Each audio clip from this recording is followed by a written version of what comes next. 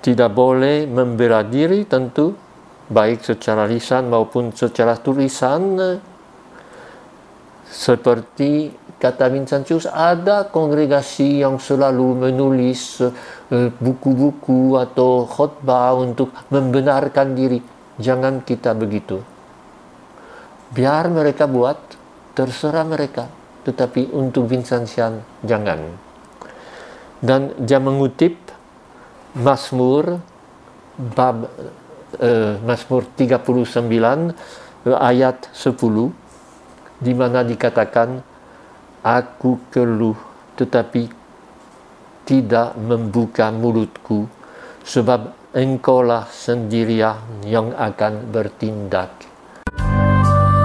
Engkaulah alat kasih-Nya, memancarkan segenap cintanya, beri kami semangat untuk melayani. Saudara sekalian, dalam keluarga Vincentian, saya hari ini mau memberi dari konferensi Santo Vincentius pada tanggal 6 Juni 1659, di mana dia menguraikan bagaimana kita harus menggunakan dengan baik kalau kita diadakan difitnah. Dan itu memang sesuatu yang barangkali ada guna kita renungkan, karena kita selalu mau dipuji atau mau berada dengan arah yang disetujui oleh semua orang, dan itu justru perlu kita pikirkan bahwa bukan begitu keadaannya. Tentunya kalau kita melakukan sesuatu yang jelek, yang tidak baik, patutlah kita ditegur atau dilawan. Tetapi kalau kita sedang mengerjakan hal yang kita anggap sebagai kehendak Allah, dan toh difitnah, dianiaya, dikatakan bahwa kita salah, tidak gampang diam. Padahal ini untuk kami orang Lazaris, ini menjadi salah satu bab dari peraturan umum, dari regule communes, yaitu dalam bab kedua nomor 13 justru dikatakan, apabila penyelenggaraan ilahi mengizinkan kongregasi atau satu dari rumah-rumah kami atau satu orang dari anggota-anggota kami diserang atau diganggu secara tidak adil oleh fitnahan dan pengejaran, kita akan sangat berhati-hati untuk menahan diri dan dengan tidak boleh membalas dendam, atau tidak boleh juga membenarkan diri secara lisan atau tulisan. Dia katakan dalam konferensi itu bahwa justru inilah yang diajarkan oleh Yesus sendiri, cintailah musuh-musuhmu, doakanlah mereka. Lagi pula katanya, apa yang lebih penting ialah bahwa Yesus sendiri berkenan menjadi orang pertama yang difitnah dan yang dianiaya, dan dia sendiri diam. Tentunya orang bisa berkata bahwa ini semacam masokisme atau cenderung untuk merasa senang kalau menderita. Sama sekali tidak dalam kasus Yesus tentunya, dan dalam kasus Vincentius, karena dia sangat mau mengikuti yang ada dalam kitab suci, dalam perjanjian baru. Misalnya dalam bab 3 ayat 12 dari surat kedua Timoteus dikatakan, memang setiap orang yang mau hidup beribadah di dalam Kristus Yesus akan menderita aniaya.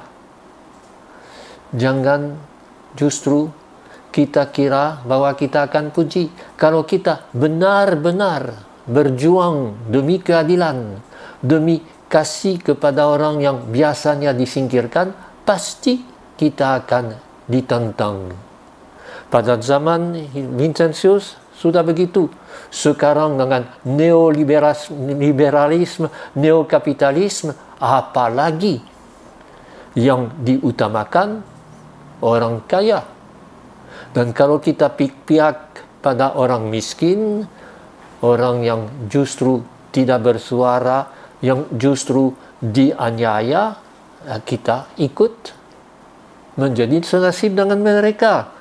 Kesimpulan, kata Vincentius, saya menarik dari alasan pertama ini bahwa salah satu dari kecelakaan yang paling besar yang bisa terjadi untuk komunitas kecil kita ialah kalau penyelenggaraan ilahi bertindak terhadap kita secara berbeda, yaitu kalau Tuhan kita tidak membersihkan kita untuk bisa menjadi lebih bagus, membersihkan seperti obat pencahar.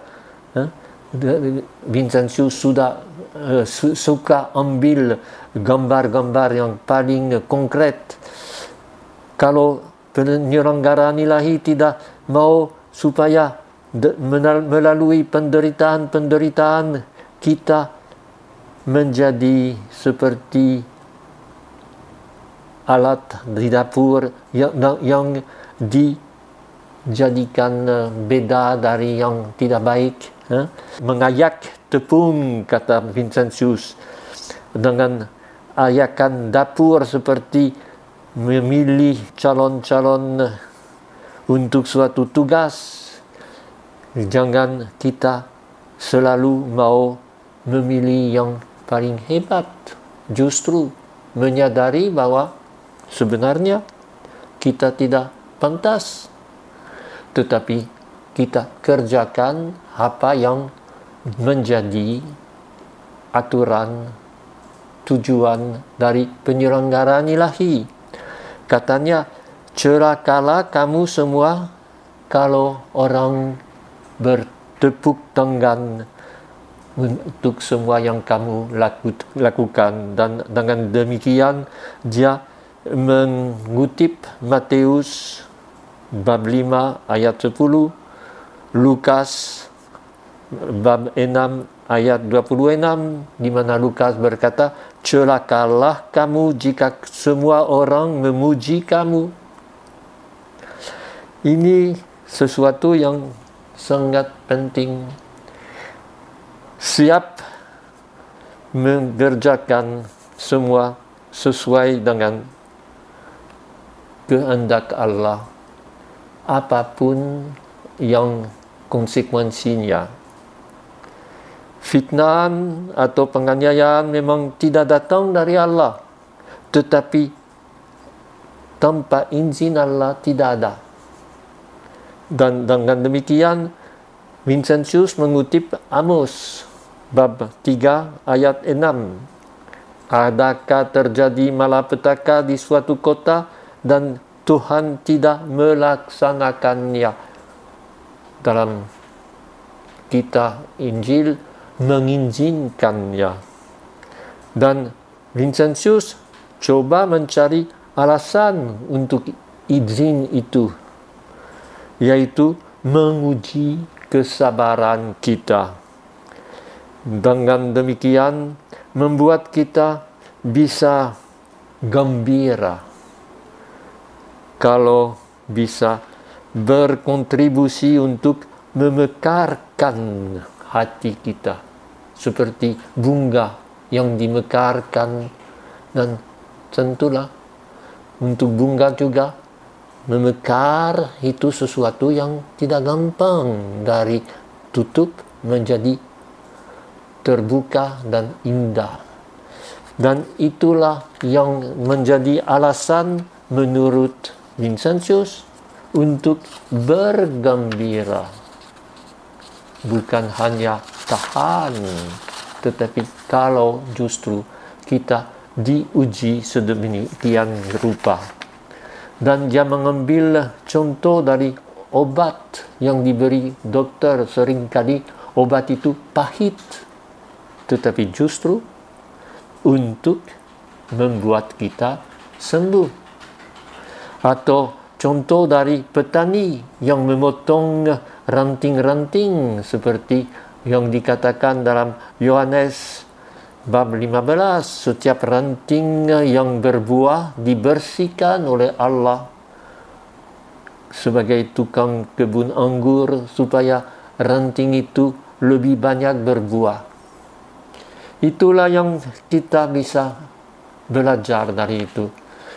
Dan tentunya untuk ini harus kita mempersiapkan diri sesudah memberi alasan. Sekarang Vincentius memberi caranya untuk mencapai tujuan itu. Ini selalu metode dari Vincentius dalam konferensinya. Yang pertama, kita perlu mengkoreksi kepekaan kita, mengkoreksi reaksi kita yang gampang tersinggung. Dan inilah yang pertama.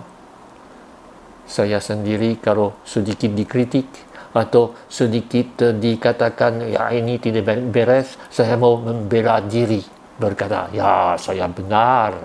Ini mulai dengan itu, mengkoreksi kepekaan kita, reaksi kita yang cepat tersinggung. Kedua, ingat bahwa rela menderita fitnah dan semua pembentahan itu adalah sesuatu yang ada tertulis dalam aturan-aturan sebagai Lazaris untuk saya, tetapi saya kira untuk semua keluarga Vincentian tahu menahan diri, percaya bahwa di belakang pencobaan itu Tuhan akan membela kita kalau benar kita dalam jalan benar, tentu membela kita dan membiarkan ini tugas dari Tuhan, bukan kita sebagai orang sombong atau orang yang mau benar, tetapi karena membiarkan Tuhan pada saat yang ditentukan oleh Tuhan sendiri membuat hal itu. Dan untuk itu dia sekali lagi mengutip surat dari Yakobus bab 1 ayat 2, di mana dia dikatakan, anggaplah sebagai suatu kebahagiaan apabila kamu jatuh ke dalam berbagai-bagai pencobaan. Bersukses, wah ini hebat. Mengalami halangan, kesulitan, susah. Yakobus berkata, berbahagialah kalau kamu mengalami itu, dan Vincentius ambil hal itu sebagai kesimpulannya. Aku